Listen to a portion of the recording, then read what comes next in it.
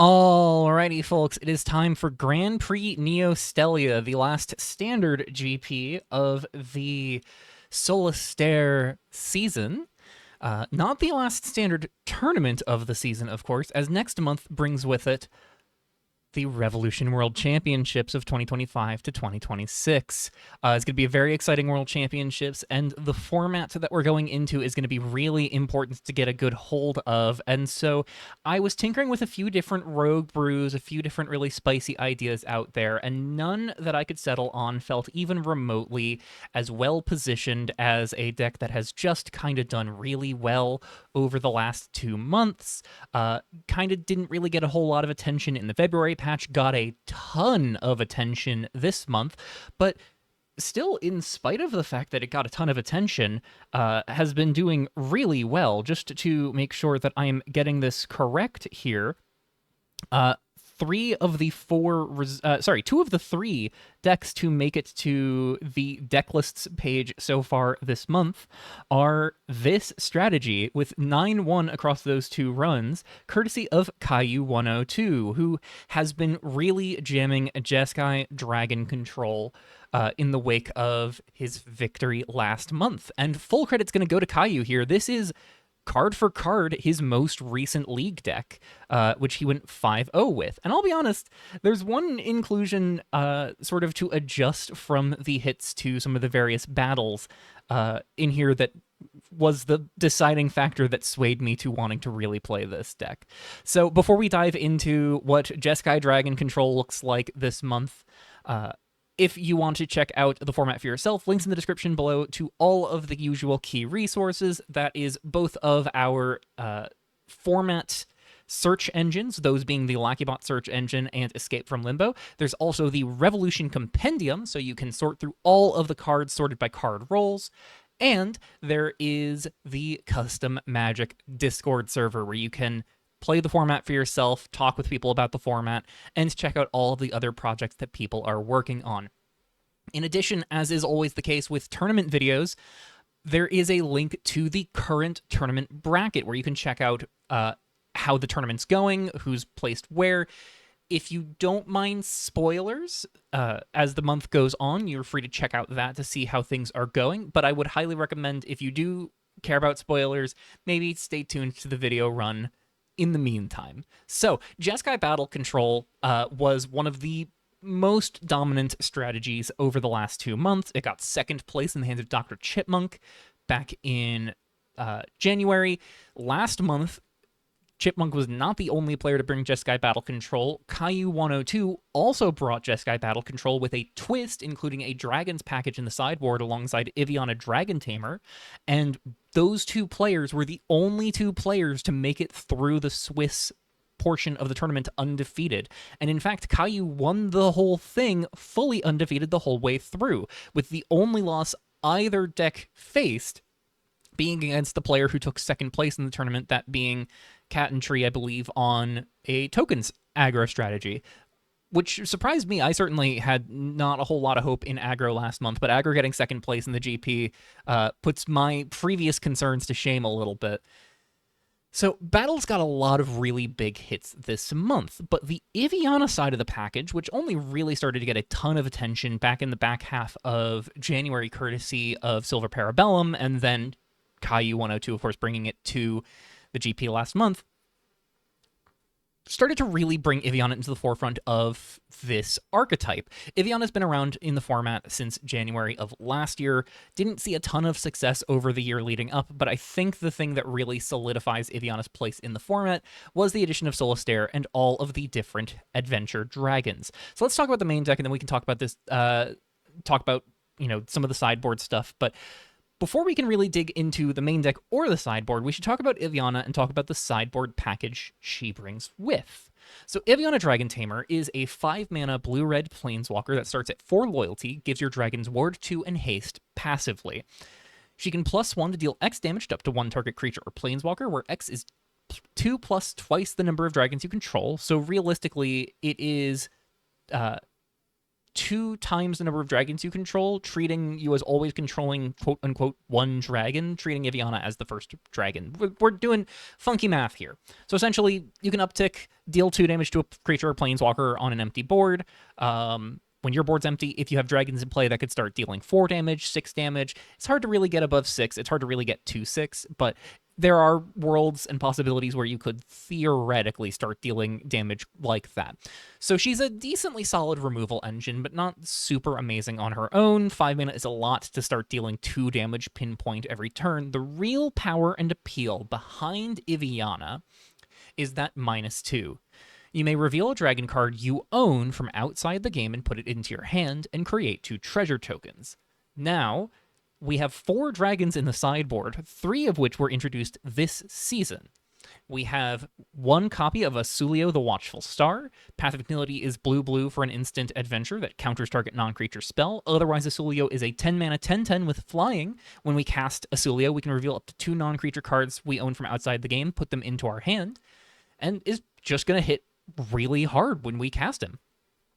We also have Eltanon the Silent Star, nerfed this month. Path of Stillness, now a 2-white sorcery adventure to exile all non-land permanents with mana value 2 or less, rather than X white X or less. So much less flexible version of Eltanon, but does still have some real utility in the face of things like very low curve aggro decks or token strategies. So still not an unreasonable thing to pull out of our sideboard with Iviana, and still a very powerful creature if we can actually get to cast Eltanon. 10 mana 10/10 as well, with flying, and when we cast Eltanon, our opponents can't cast spells until our next turn, so they can't put up blockers at sorcery speed to try and slow down Eltanon killing them. Can really run over the game very quickly. Then we also have Draconos Magistus, a 1 blue Path of Prudence instant adventure, an uncounterable counterspell. Not the most flashy counterspell of all time, but when it's uncounterable for 3 mana and comes with an uncounterable 6/8 for 8 with flying, that is pretty strong. And then finally we have Garation the Stormlord, the 1 non-Solitaire dragon of the bunch. 5 red 6/6 flying legendary dragon. When he enters, if he was cast, we may cast a dragon spell or a spell with mana value 6 or less from our hand without paying its mana cost. And then once during each of our turns, when we spend mana less than a spell's mana value to cast it, we can have Garation deal damage equal to the difference to up to 1 target creature. So if we can cast Iviana, downtick her, then cast Iviana, then downtick her again, we lose Iviana, we lose out on the haste, but we could use Iviana to go fetch Garation and one of either Eltanon or Asulio to immediately drop Garation for 7 mana, and then drop Eltanon or Asulio and deal 10 to something, which is pretty strong. And if we can also cast another Iviana at some point in there, once we get multiple dragons into our hand, we could also just cast Iviana, put Garation in our hand, and then, just never downtick her again. And if she gets removed, when we get to another Iviana, we can cast that new Iviana and go find one of our other dragons, so Garation can just be a huge bomb of power in the air, while also clearing a massive blocker out of the way.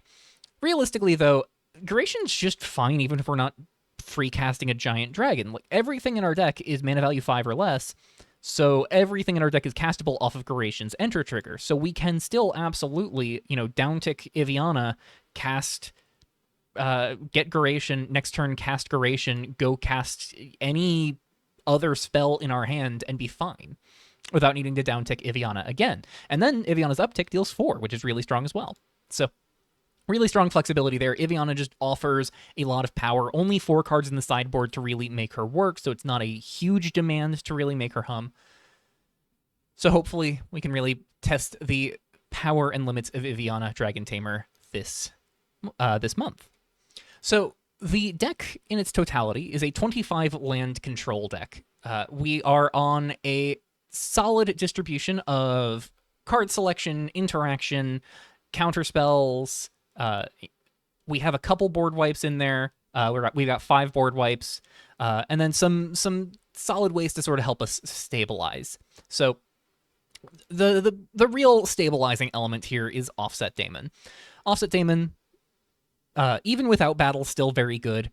4 mana for a 3/3 with flying, lifelink, and haste. Can't block, but when it enters, if it was cast, we can make a an overflow enchantment subroutine token, and whenever it runs, we can return a card named Offset Daemon from our graveyard to the battlefield. So we can have Offset Daemon get played, we swing in, gain 3, deal 3, and then from there, we can kind of tee up the subroutine such that we can intentionally wipe our board, including the Offset Daemon, while dealing with the opponent's board, and then get the Offset Daemon back the following turn off of the subroutine. Could get some really good value that way.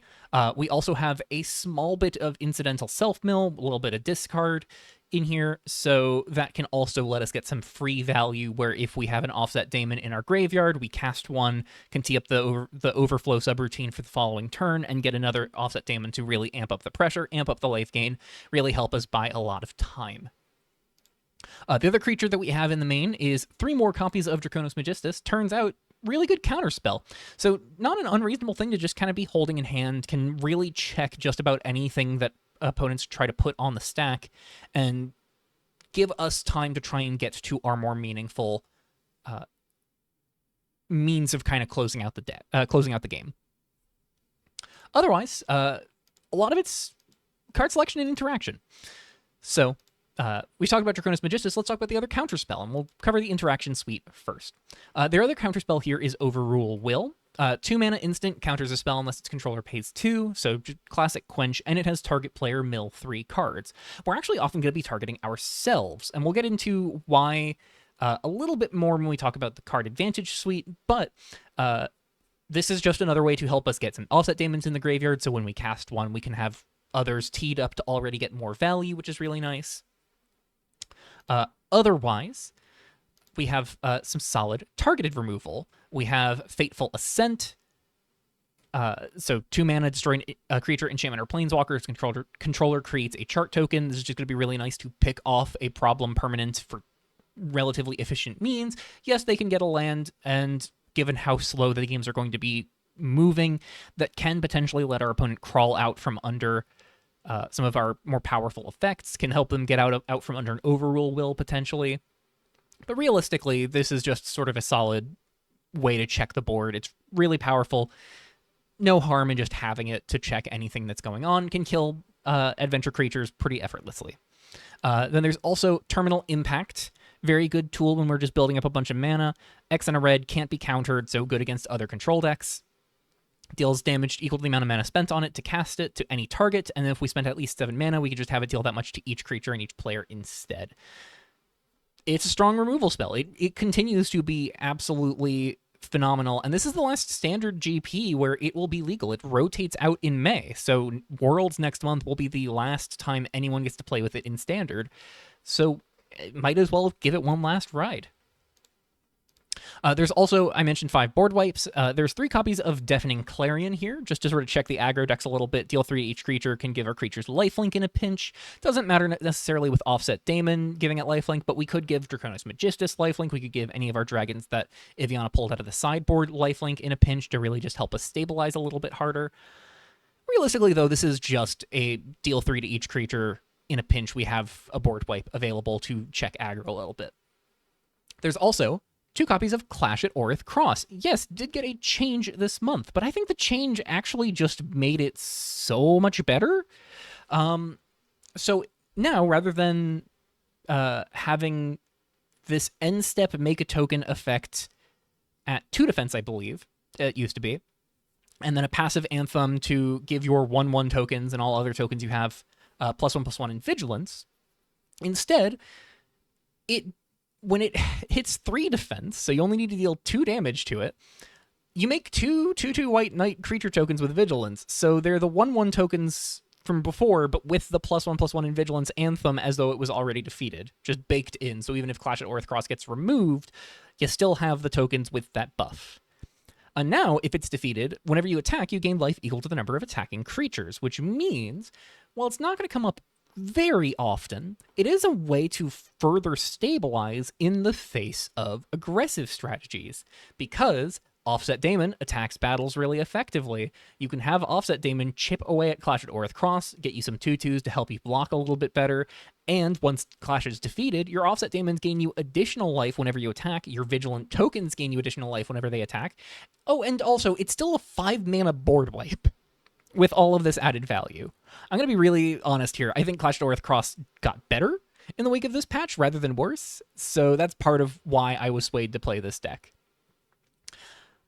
However, the card advantage suite is where I was really swayed to play this deck, and it's because we're on 2 copies of 3 Become 1. Now, the major absence here from previous versions of Jeskai Battle Control and Dragon Battle Control is Path of Scales. Path of Scales got not a colossal nerf by any means. It has 1 higher defense, so you need to deal 3 damage to it in order for it to meaningfully shrink your opponent's creatures, and you need to deal 6 damage to it for it to start copying your spells rather than dealing 2 and 5, respectively.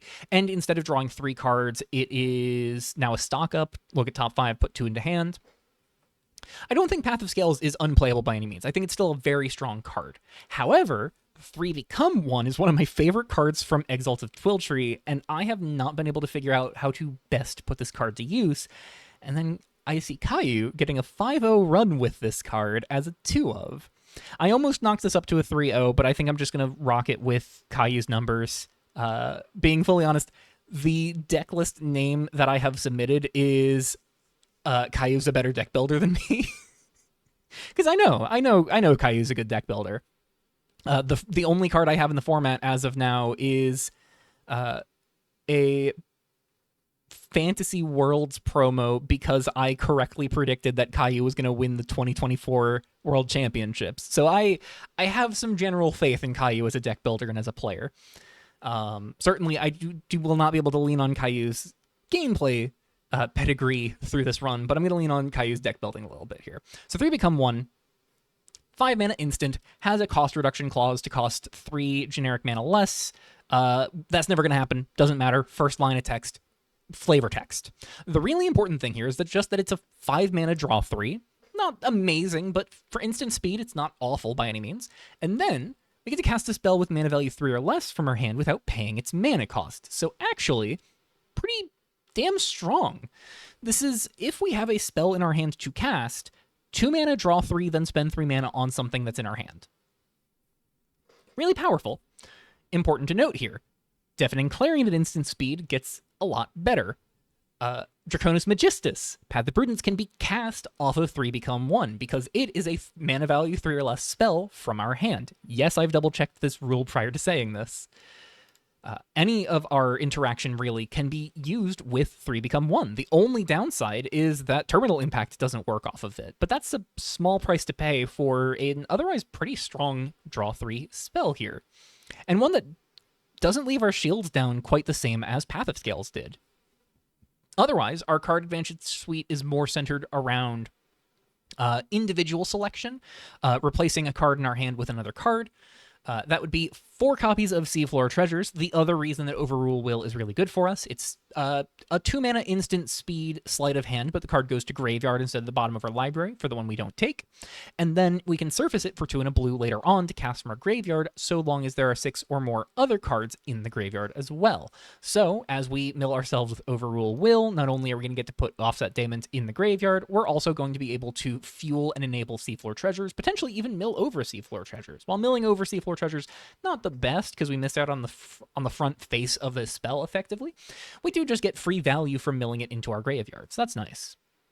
And then finally, 2 copies of Stargazing. Now, when this was a Path of Scales deck, I believe there was 1 copy of Stargazing, and the value was in Stargazing being really powerful when Path of Scales was defeated and could copy this spell. So you would get to pay 1 mana to scry 1, draw, then choose to discard something. It's still fine as just the scry 1 draw, you can discard to pick it back up to hand, and then you can't cast any more spells named Stargazing this turn. 2 copies means you're less likely to absolutely lose out on this as an option if you mill it over with Overrule Will. It means that you're more likely to find it early. This deck does not have a ton of early plays, so Stargazing can do a monumental amount of work to really sculpt early turns and help tee us up to get to do more meaningful things earlier on. can help us fix our mana by way of digging us through past lands we might not need as much because we already have enough mana of that color to get us to try and find more amounts of the third color in question. Just really solid consistency tool here. 1 mana scry 1, draw a card is fine on its own. We do not have to discard a card to this. We can just let it go to the graveyard. So we could just do so if we find the other Stargazing. We could discard a Stargazing to, the first Stargazing to pick it back up, but there's no real reason to do that. Yeah, Stargazing is a powerful card. I think it's a really, really strong cantrip. The only downside is that you can't cast it multiple times in a turn. That's fine. And nice little bonus effect with 3 become 1. We can cast that at instant speed as our spell off of 3 become 1 to effectively turn it into draw 3, scry 1, draw another 1, and then we can maybe discard something to get the Stargazing back to hand. And then on our next turn, we haven't played a Stargazing yet that turn, even though we just played one off of 3 become 1.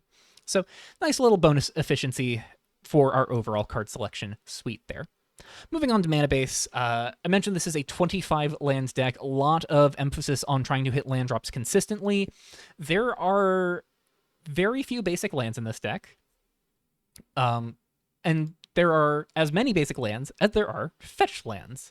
So we're on 3 islands, 2 plains, and 1 mountain, with 3 copies of Silent Lakefront as additional counterspell options later on, but early on they can go find us our white and blue sources, which are more relevant in most cases. There's not a lot of red mana actually needed in this deck. There's red mana for Terminal Impact, Iviana, and Offset Daemon, and that is it. Otherwise, and Deafening Clarion. So red actually is not useless. Red does have some very important uses, but for the most part, blue mana and white mana are really the core of what we're doing. Blue mana specifically gets us to our Stargazing, gets us to our interaction, gets us to our stack interaction, gets us to our card selection tools, and then white is relevant for our on-the-board interaction. Red starts to fold in there as well. Lakefront accompanied by 3 copies of Primal Fisher. Classic at this point. It's a fast land that is also a basic fetch that gets the land untapped. So, Primal Fisher, Silent Lakefront, 6 fetches, 6 basics, a little awkward, but Stargazing does help smooth that out, because if we start finding excess fetches, we can just loot them away with Stargazing. And, of course, Silent Lakefront does have the alternate use as well of being a counterspell later on. And a counterspell that cannot be effectively counterspelled back, because while it lacks the uncounterable clause of Draconis Magistus, it's not a spell. It's an activated ability. So it can't be hit by anything like Overrule Will. And in fact, I believe the only things that could counter activated abilities specify from non-land sources. So even those don't stop Silent Lakefront. Otherwise, we've got 11 shock lands. We've got 4 each of Wind-Beaten Stones and Misty Peak. So that is where a lot of our red sources come from, alongside the mountains. Alongside the 1 of Mountain. And then 3 copies of Lucent Basin, less of the blue-white to make up for the fact that Silent Lakefront is our other predominant land here. And then 2 copies of Rousing Path to give us a little bit more blue and red sources here, and it's a cycling land later on when we just need to not be drawing more lands. We can get rid of this as it just gets stuck in our hand. So that is the main deck. We talked a little bit about some pieces of the sideboard. Obviously, we have the 4 dragons off of Iviana. Beyond that, we have 2 copies of Helia Leyspire to check graveyard strategies. I really love Helia Leyspire, and I do think some people are going to try and push aristocrats back into the forefront. So Helia Leyspire helps check that pretty effectively. Looming Psyhawk is going to be really good into all of these token strategies, really good at shutting out token generation. Does have some niche utility into other archetypes as well, can deal with things like, Offset Daemon, Overflow tokens get denied, Clash at Orith Cross tokens get denied out of the opponent. We can deny treasure token generation out of Aristocrats decks. So Looming Psyhawk has a lot of flexibility in the format right now. We've got a 4th copy of Deafening Clarion in the sideboard. 3 copies of Fistral Charm, as more targeted removal can deal damage to creatures, can also, get us the tokens off of Clash at Orith Cross in a pinch. We can also counter a non-creature permanent spell, so if we're up against decks leaning on a lot of artifacts or enchantments, or planeswalkers or battles, we can lean on Thistral Charm to help check those. And then the last effect on Thistral Charm is also a bit handy in a pinch. We can create a token that's a copy of target token we control, so we can copy those Clash at Orith Cross tokens, we can copy the overflow tokens off of our own offset daemons, get a little bit of value there. But realistically, I think we're boarding in Thistral Charm primarily for the 3 damage to target creature mode, and then sometimes we might want it as additional counter magic. And then finally, for control matchups, we've got 3 copies of Syscall. It's a 1 and a blue subroutine enchantment. When it runs, on a turn that it's run, rather, we can pay X and a blue to draw X cards. Only on the turns where it's run, of course, but that is still a lot of potential value here for a 2-mana enchantment to run out, and then we can just kind of hang out, dump like 3 mana into this to draw 2 cards every 3 turns. Not the worst arrangement in the world. And the more mana we have to spare while being able to hold up interaction, or if the opponent's just completely out of gas, we could even just tap out and draw as many cards as we want to draw. This gets to buy us a lot of time, buy us a lot of resources into these very heavy control-leaning matchups where they're not necessarily going to want to run interaction for Syscall when this doesn't get... Not much of our deck gets checked by things that check Syscall. Really, the only thing that checks Syscall and our primary ways of threatening the opponent is Fateful Ascent out of the opponent, which they might not want to spend on a Syscall when they would probably rather spend it on an Iviana, an Offset Daemon, Enterchronos Magistus, or one of the dragons from our sideboard. So that is Jeskai Dragon Control. Listen, I would love to have come to you all with a deck that I brewed on my own. I was working on a couple different shells. I was trying to come up with a riff on red-green ramp that we haven't, with a card we haven't really seen getting much play as of yet. I was coming up with different ideas for, black-red aggro riffs. Caillou also has been doing really well with black-red aggro. I came up with a riff on that was leaning on ball lightning effects that I was really liking, but both of those decks just didn't quite come together in the way that I needed them to for me to feel super confident about them this month.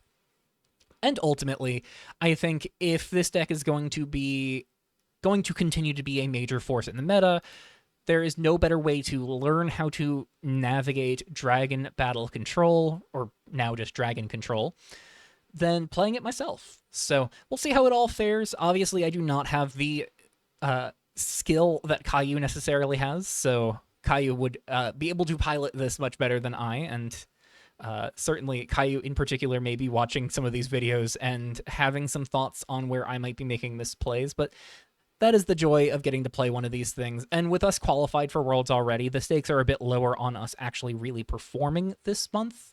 I would not mind getting a win here so that way we can get our Worlds tiebreakers to be a little more favorable. Lots of people are starting to chip up to 2 points for qualification, which means there are still a lot of matchups where we are risking being on the draw. I'd like to swing that in our favor, and we'll see if we can. So, until round 1 comes along, I hope you all are excited to check out this GP, see how this all fares. As always, if you are really curious of checking out the format, like I mentioned at the top, links in the description are to all of our key resources, and I look forward to bringing you all some gameplay of this GP. Until round 1 comes around, I'll see you all in the Revolution chat. Bye-bye.